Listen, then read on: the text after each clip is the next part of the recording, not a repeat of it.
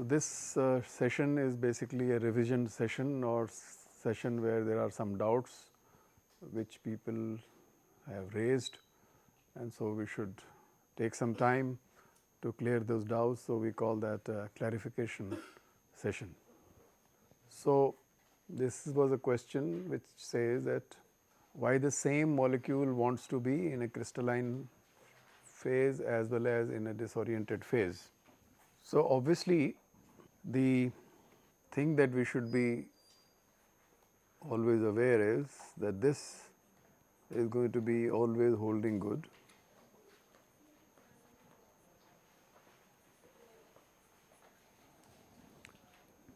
and thermodynamically, if delta S increases, it is also favorable. If delta E decreases, this is also favorable. So, these are the two things which if happen, we would be getting a more stable state which we call as setting. And so, this is if we consider delta E, then we are looking at this as if being represented by crystallization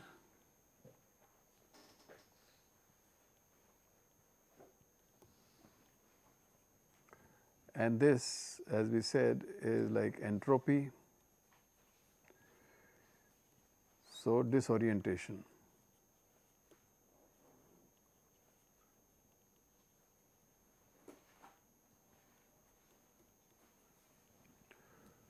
So, all the molecules generally would like to disorient, will remain in a disorganized fashion, increase the entropy of the system, and so that will be considered as a stable state. So, any molecule, polymeric or otherwise, if it goes into a disoriented state, will be considered as a more stable state, because that means you have a complete freedom for movement, orientation, and anything else that the molecule may like to do at a certain temperature conditions. On the other hand, when we talk about crystallization, what we are saying is that every atom in the molecule has found a specific place in a three-dimensional space which is completely ordered, and that is what reflects the crystallization. So, more is the crystallization, more is the setting. That means more release of energy has taken place. Similarly, if more orientation takes place, then also it is release of energy, that is delta G is going to become negative. So, both are good. The question that remains was why a same molecule, which is let us say polyester, would like to be in a crystalline phase as also in a disoriented phase, because these two are almost opposite as far as the nature is concerned. All right. In this, we had discussed one interesting curve, which is the energy versus distance between the atoms, and this curve had a shape approximately of this type. That is, when the distance between the two atoms to begin with are quite far, if the atoms are far and distance is more, then the energy is approximately 0. So, they would like to remain in, as far as the potential internal energy is concerned, they would be happy wherever they are. But when the distance becomes less than, let us say, a certain amount, certain value, then it will follow this particular curve and would like to take a position as at wherever the energy is the lowest.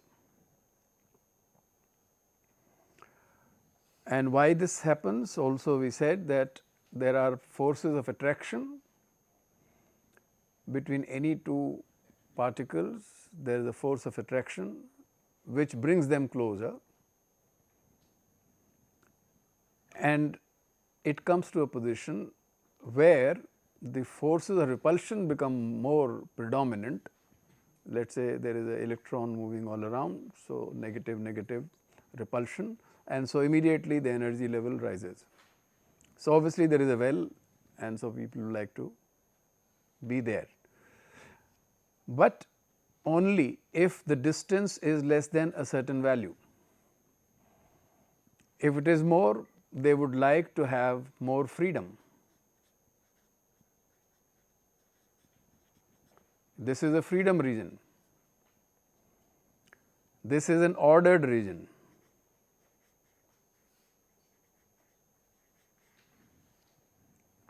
So, if you do a drawing kind of a process, that means you are pulling molecules, forcing them to come close, or any other input that you give, mechanical, thermal, or even chemical input. If there is a possibility of atoms of the molecules coming closer than this, then they would automatically love to be in this position. So, this distance. Therefore, you have the distance between hydrogen atom, carbon atom, carbon nitrogen atom, carbon hydrogen atom. They are fixed distances, they are not arbitrary. All right. So, if by any of your operations, whether heat setting, stresses like drawing, you can bring the atoms closer, once you make them closer, then it becomes, this process is facilitated. Otherwise, they will like to remain in a random configuration. When they come to a state where which is near, then there is possibly they may like to come closer to each other, fold on each other and make a crystalline region. Does it make some sense? There was also something on the non-thermoplastic yarn. So, because we had said in the last few lectures that we shall be discussing fully drawn thermoplastic yarns and thermomechanical texturing. So, this question relates to thermoset, or you say non-thermoplastic fibers, and what would you like to do to achieve texturing. All right, you want texturing of a non-thermoplastic yarn. So, what is likely to be the process? So, one of the processes that can be used even for non-thermoplastics is release of energy.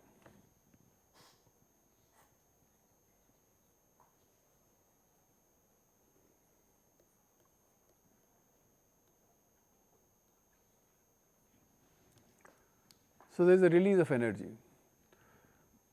For example, if you have cellulosic material, if you know the cotton can be dissolved in cuprammonium hydroxide solution, and so there are many inorganic, organic compounds which can do a bit of a decrystallization and a recrystallization. We said it is a partial melting and recrystallization. If you use solvents, so you can probably say, some people use this word also,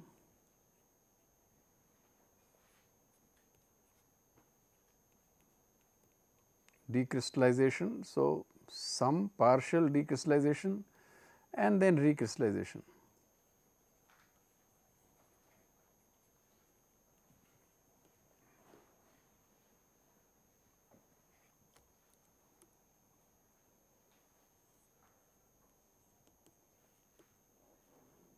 So, what you can do, twist the yarn based on the approximate formula that you have, and then submerge the twisted yarn in a solvent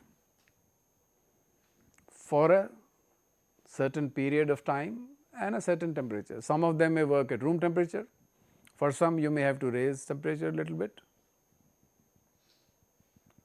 But during that submersion where the solvent is going to diffuse inside the fiber, what will happen is exactly same as we were expecting, breakage of intermolecular bonds. When you say there is a solvent which is dissolved, what is the dissolution? Breakage of intermolecular bonds. So, we are only saying decrystallization, also partial decrystallization. It is not that you want to dissolve them completely, therefore, like you do not want to melt a fiber. Therefore, you will be choosing concentrations and solvents such a way that there is enough mobility introduced, but not complete dissolution. If there is no fiber, there is no texturing.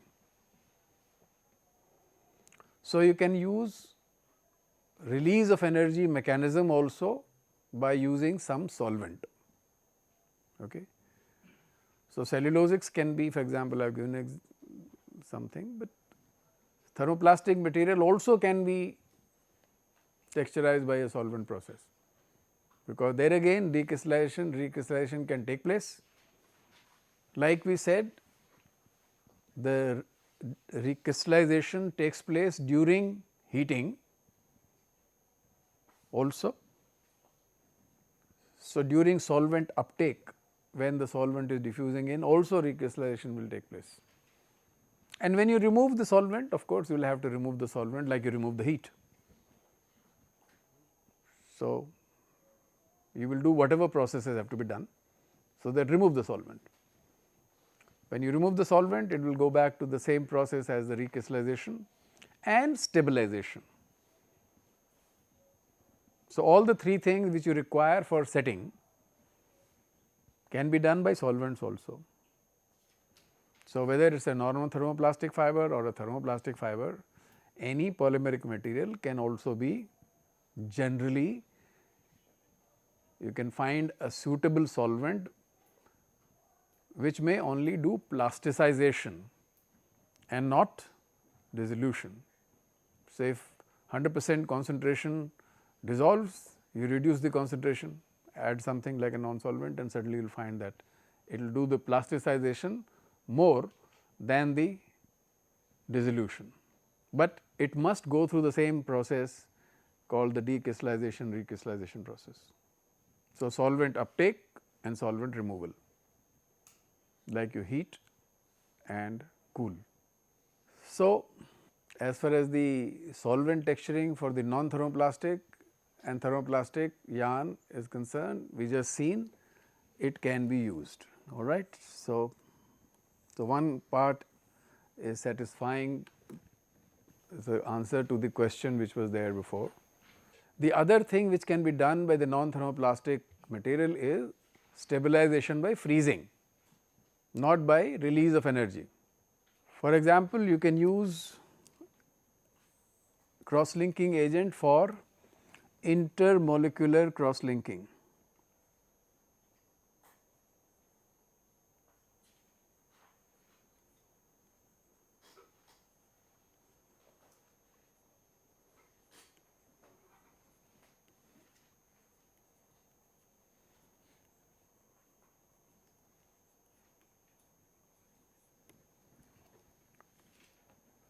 Like for example, cellulose you use DMDHEU, it is a bifunctional cross-linking agent, or you can use trifunctional cross-linking agent or hexafunctional cross-linking agent. But you can appreciate, if you have more cross-link by a same molecule, the final structure is going to become more and more rigid. Like you have bakelite, it is a cross-linked structure, but 3-dimensional cross-link structure, or melamine formaldehyde cross-link. So, you have various types of sheets that you generate which are very rigid. So, most probably you will be happy with a bifunctional agent.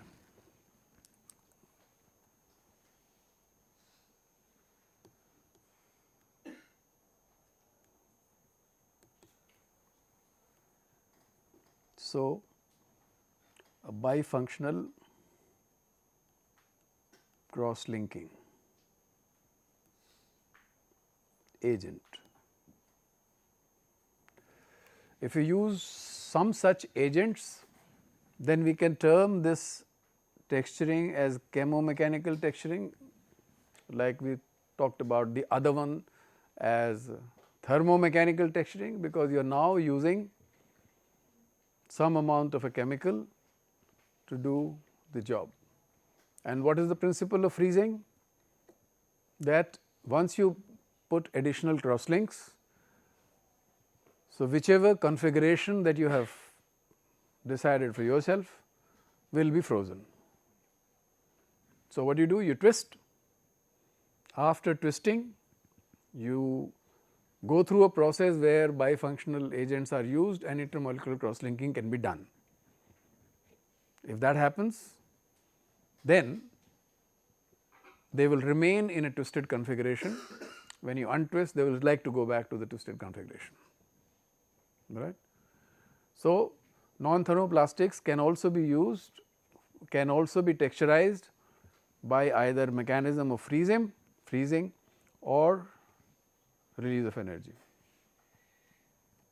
One question which was also there was what was solvent assisted texturing. So, it is something like a solvent texturing only. Assisted means only thing that one can think is, well, instead of going for a temperature which is very high, you go for a lower temperature, so you get assisted. And why will this type of a process be used? Because you may find that the material actually is a thermoplastic, but if you go to a very high temperature, losses are more than the gains. Okay. In that case, you say, well, we can't work at high temperature. If you do not work at high temperature, all the thing that you want to do will not be done. What will not be done?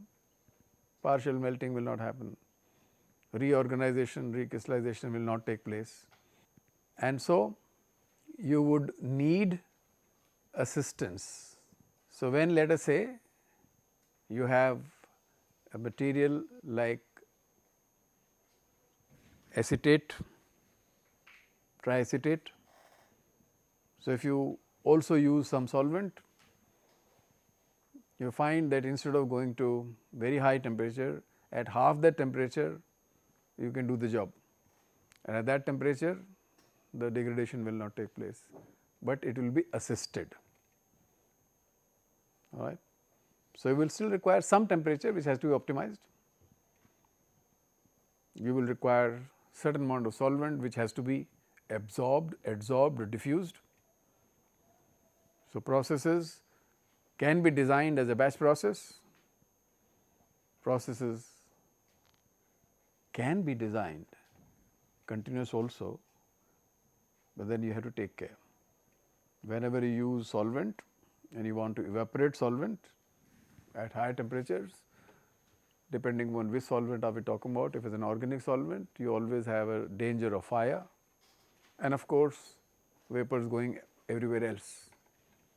In that case, you will have to have a closed systems where if the solvents vaporize, you are able to collect them, condense them and hopefully reuse them. All right. So, you will not like the solvents to go out. Process control parameters, obviously anything that you use, what concentration of a solvent that you have used, obviously its boiling points will decide as to how much temperature can you go. So, time, temperature, tension, twist, all of them are going to be there. In addition, you have a chemical which also has to have a concentration and uptake. So, if you give less time, diffusion will be slow.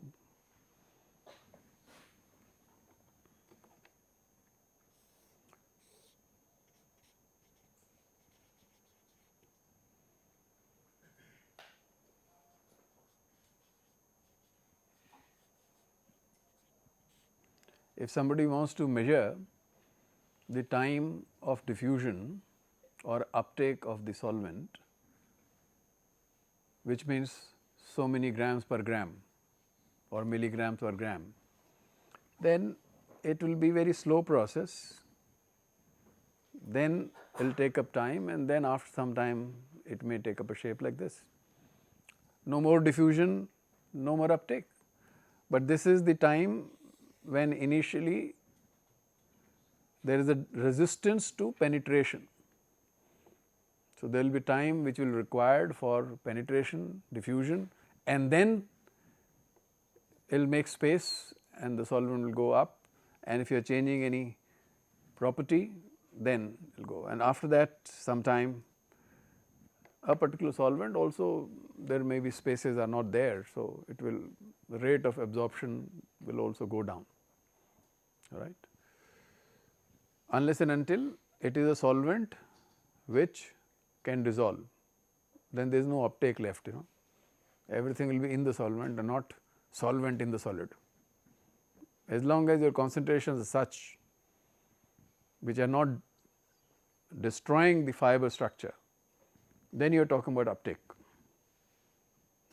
right. And the properties of the yarn produced by this process, well, we are obviously interested in texturing. So, if you have properly done the thing, that means time, temperatures have been taken care of, twist has been taken care of, tensions have been taken care of, optimized based on this process. Whatever you have done optimization for thermal process for the same fiber will obviously not be applicable in this situation, you will have a different parameter. And finally, crimp rigidity could be the same, as long as you can guarantee that by partial melting or partial dissolution or a decrystallization, recrystallization process again gives you the same amount of crystallinity. If that happens, then you can say, well, the properties will be same. Some of things can be changed. For example, if because of the solvent absorption and diffusion, some of the oligomers may also come out. Oligomers, then maybe you are creating some more space. So, maybe diuptake can increase, but tensile properties will go down because its texturing disorientation has taken place. Crimp rigidity should increase, and so you should be happy. The advantage with all these processes could be that you can actually, if you go by this process, you may actually theoretically take a spun yarn also and do the same thing, all right. But when you take a spun yarn, if you twist more than what the twisted level it can say, you can break fibers. If you untwist too much, then you will have fibers separated out, you will not be yarn. So, instead of that, people may take more than one yarn, make a ply yarn, give a ply twist and then ply and twist, and you will still get it.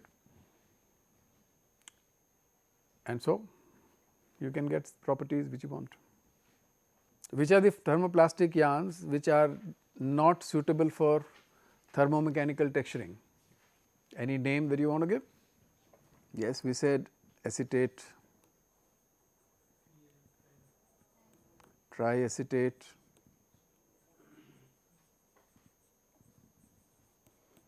and acrylonitrile or acrylic fibers. So, these are the textile grade material which otherwise are thermoplastic, but you would like some assistance if you want that kind of a process, or go completely solvent texturing. Solvent assisted or solvent texturing can be used. One question which related to somebody is asked that why low tension is used for winding the yarn during texturing. So, why this? I hope what you meant was during the secondary heater treatment, for the facilitating secondary heater treatment. When you are only giving primary heater treatment and making a stretch yarn and not going for a modified stretch yarn, there is no real need for reducing the tension of the package. right, there is no need, because 0.1 gram per denier can completely remove the crimp. And who would want to add tension of 5 gram per denier? Nobody. So, your tension is only so that the package is good enough and does not slough off. So, you will be able to do that. So, if you are not interested in going for a modified stretch yarn, so your tension, winding tension could be normal tension. All right.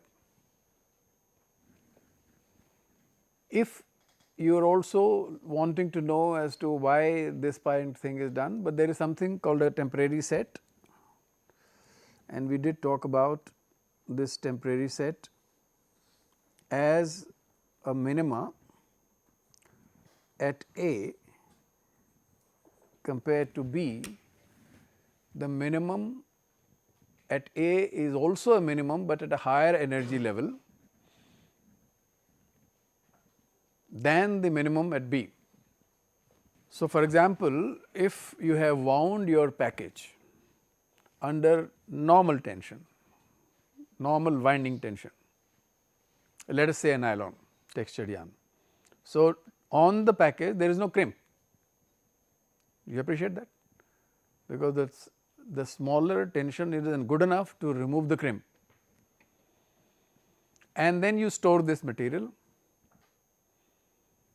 and if it is, as I said, nylon, in the moisture which is generally there can be some mobility, because the glass transition temperature in a wet state or a moist state in nylon can go down very low. And you have seen that earlier curve that there is possibility of mobility above the glass transition temperature, howsoever less, it is not 0. So, if you actually take a nylon textured yarn, normal winding, keep it for let us say 3 months, you did not need it, and then you open, you might find that it is opening as if it is a normal multifilament yarn without any crimp, right, because it has somehow gone to this state. It has not been able to go, it was here, but because you have kept it in a stressed condition, not really stressed, but crimped open and then stored for a long period, where some possibility was also there that you can have some molecular rearrangement, howsoever small. It may not be having crystallization, but it may have disorientation, which also is setting, is not it? In fact, people have found the other thing also in the case of nylon. If you, instead of giving very normal tension, you give, let us say, double the tension or triple the tension and wind it, and then keep it in the package, normal untextured yarn also, you might find that the modulus etc. change, because some molecular arrangement is taking place even at room temperature, because you have ensured that the glass transition temperature goes below, right. So, some properties can change also. So, that is the temporary set, but in case we get this kind of set in textured yarn, the testing method has suggested either you go for a hot environment, all this will come back. So, by either solvent or by temperature you can overcome this barrier, energy barrier, then this material will come here, and then you can see there is a textured yarn still exists, all right. So, if that question meant that to be answered, this is the answer. What is the principle behind the formation of a modified stretch yarn? How the stretch of 100 to 150% is achieved in such yarns? Well, whatever details. So, the process of modified stretch yarn meant you are first making a stretch yarn and then modifying it. So, if we make first stretch yarn, then we are expecting in an ideal situation 350 or more % of stretch is going to be there. So, you are only supposed to reduce the stretch. When you say modify stretch, we are reducing.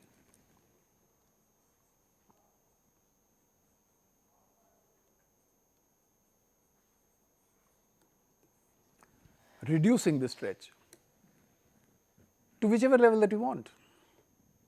I can make it 0 stretch. I fully extend the yarn and reheat, and if I reheat to the same temperature, the temperature at which we had textured, everything will be finished. There will be nothing. Like a crease, you put it on the thing in the same temperature, the crease can go. It is a reversible process, because partial melting, recrystallization, full melting, everything can take place. So, it is a temperature dependent phenomena, and condition at which you are doing this process. So, what are we doing? We are having a secondary heater or another autoclave where the temperatures are lower than the primary heater temperature. That means you do not want to wash off completely what you did before, that is one part. But 15-20 degrees also quite above the temperature where partial melting can take place, recrystallization. So, all such entities within the fiber which can respond to this thermal input, they will respond, and so there will be molecular rearrangement again. But in a configuration, in a geometrical configuration which is different than when you actually did the texturing. And how is it different? Different is in what we call as limited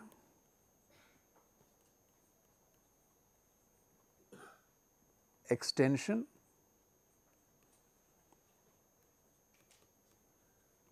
or limited relaxation.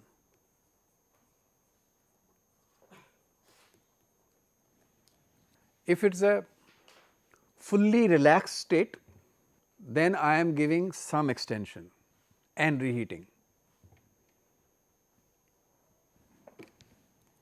Let us say this is fully relaxed state. So, I give extension. So, this can become this fully extended, or this can be extended in this manner up to this point. If I am efficient enough, I fully extend the material and then heat, and heat also to the same temperature, you will get a flat yarn. If I do this part limited extension, okay. If I do limited extension, then and also use temperatures which are lower, there will be change, but a new configuration is the one which you are trying to set. It is still helical while you are setting, it is not fully extended. And so, if this structure becomes stable, then you want to fully extend, it can go up to this point only, because the main length of the yarn has not changed, not significantly. And so, when you measure the crimprigidity, this will be the recovery will be this and not this. So, crimprigidity will go down because a new structure has been stabilized. So, that is how the modified stretch yarns are produced. Some question about the diameter of helix, etc. Is the crimp rigidity and setting, are they linked? Yes or no? So, they are linked because the better set means more crystallization, more disorientation, favorable, and that means setting, that means crimp rigidity. Crimp rigidity also is related to stretch potential, that which we have measured, and so in some sense setting, crimp rigidity, stretch potential are linked. So, more is the setting, better is the setting, stretch potential is going to be high, crimp rigidity is going to be high. Then there was a question related to larger diameter helix versus smaller diameter helix. Which one will give you higher stretch potential? You see, there is, if this is the situation versus this is the situation, when you want to open the crimp, what are you doing?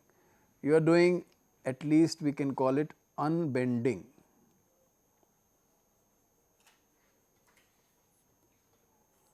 Unbending. So, in which case I want to open up by pulling, unbending stresses will be more. Everything wants to remain in its position because you have set it. You want to make it flat, in which case the unbending stress would be more, where the curvature is more, where it is more curved or radius of curvature is less. Why? Because in a, let us say, one single filament which has got a curve like this, compressive forces, extensive forces are the ones which have been in a way released. All these stresses were released during texturing. Now, you want to do the reverse. So, you have to do unbending, and therefore, this must expand, inner thing must expand, outer must compress. Now, the more is the difference between them and the more is this stress difference, the more you have to apply additional stress. So, in a larger diameter, the curvature, radius of curvature is large, but the curvature is small. So, you do not have to do too much of unbending, and therefore, you have to apply less stress, and therefore, less stretch potential, and therefore, it can give you less crimp rigidity. Make sense? This question was also there, why does not the yarn become stiff after twist, set and detwist process? We have seen in textile finishing lab that after we expose the fabric to high temperature, you got a stiff yarn, but here extensibility of the yarn increases. First question which has to be answered is, does it become stiff? Do you believe that the modulus of the yarn, the fiber is going to increase if your crystallinity increases? Yes or no? So, in that sense it will become stiff. So, whether you do texturing or you do not do any texturing, if your modulus increases, that is stiffness. But the problem is the definition of extensibility. Extensibility versus stretchability, they are two different terms.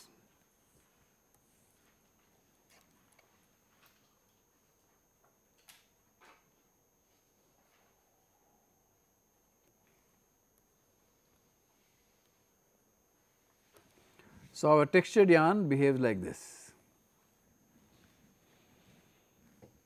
If we are looking at a modulus here, fully decrimped yarn. So, the modulus of the decrimped yarn will change, and if more crystallization, let us say 15% crystallization or 5% crystallization to 50% crystallization take, you will see stiffness will increase. But this is a different story. This is stretchability, has nothing to do with that modulus. It has something to do with the modulus, but what we call as extension increasing is we have created a structure like a helical structure which is helping this. When this you look at the decrimping zone from here to here, complete decrimping zone, yarn has not extended. The length of the yarn is same, is only unbent.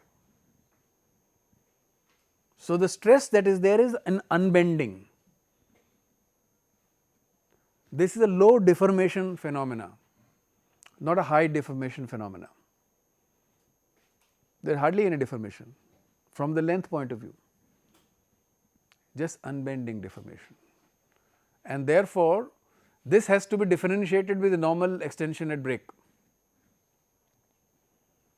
And so, when if you are looking at this being very low stress condition, it extends quite a lot. Yes, it does, because only crimps are opening, which are only taking care of the unbending part of it and not stretching the yarn, not extending the yarn in length. And therefore, you see a lot of extension. I hope this is what was the question which was intended. And high bulk yarns by differential shrinkage principle.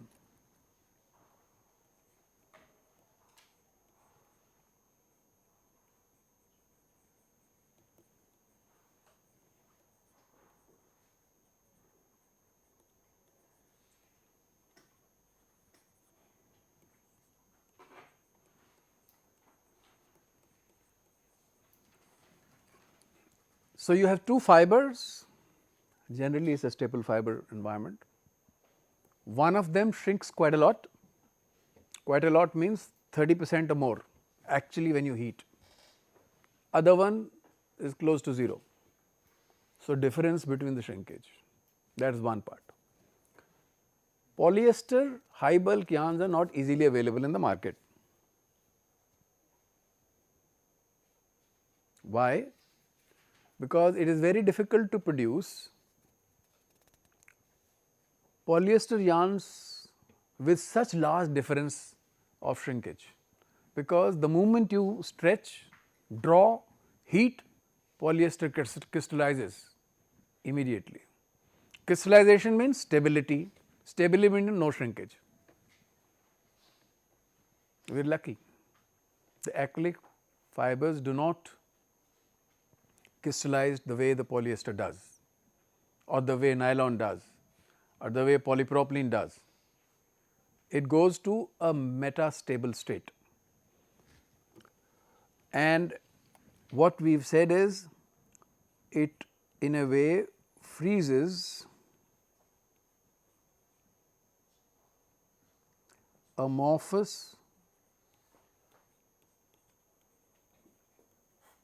orientation.